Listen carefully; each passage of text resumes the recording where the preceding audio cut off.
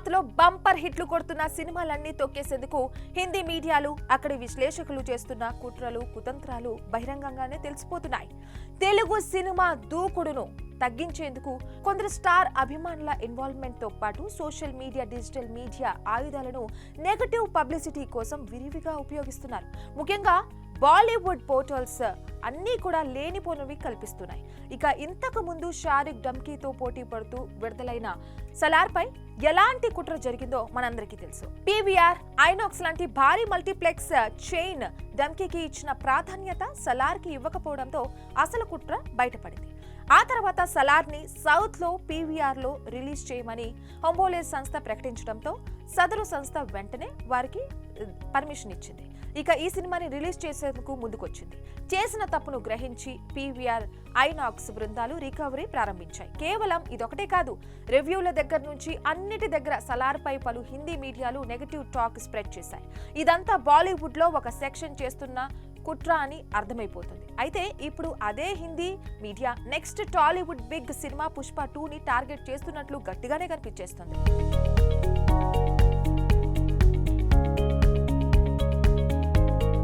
అల్లు అర్జున్ నటిస్తున్న పుష్ప 2 పై ఇప్పటికే హిందీ మార్కెట్లో భారీ బజ్ నెలకొంది. గత ఏడాది అంతా కూడా గూగుల్ ట్రెండింగ్ లో నెంబర్ 1 గా నిలిచింది ఈ మూవీ. ఇక పుష్ప 2 గురించి ప్రతి అప్డేట్ కోసం ప్రేక్షకులు ఎంతో ఉత్కంఠంగా ఎదురు చూస్తున్నారు. గూగుల్ సర్చ్ చేశారు. ఈ ఉత్సాహాన్ని మరింత పెంచేందుకు పుష్ప 2 2024 ఆగస్టు 15న రాబోతుంది. అదే సమయంలో పలు హిందీ భారీ సినిమాలు విడుదల కానున్నాయి. ఇదే అదనంగా ఇప్పటి నుంచే పుష్ప 2 పై ఫోకస్ పెట్టారు.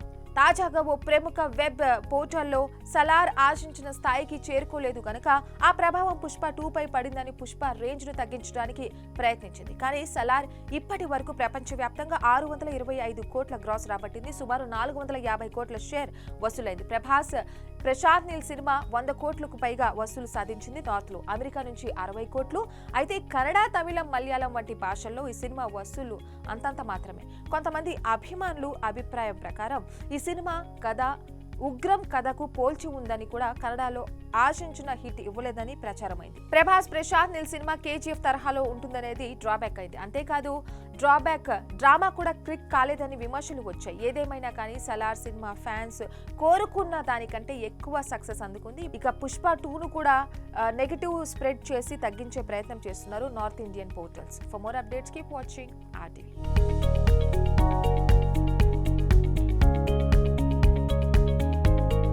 మరిన్ని వీడియోస్ కోసం ఛానల్ ని సబ్స్క్రైబ్ చేయండి. లేటెస్ట్ అప్డేట్స్ కోసం వాట్సాప్ ఛానల్ ని ఫాలో చేయండి.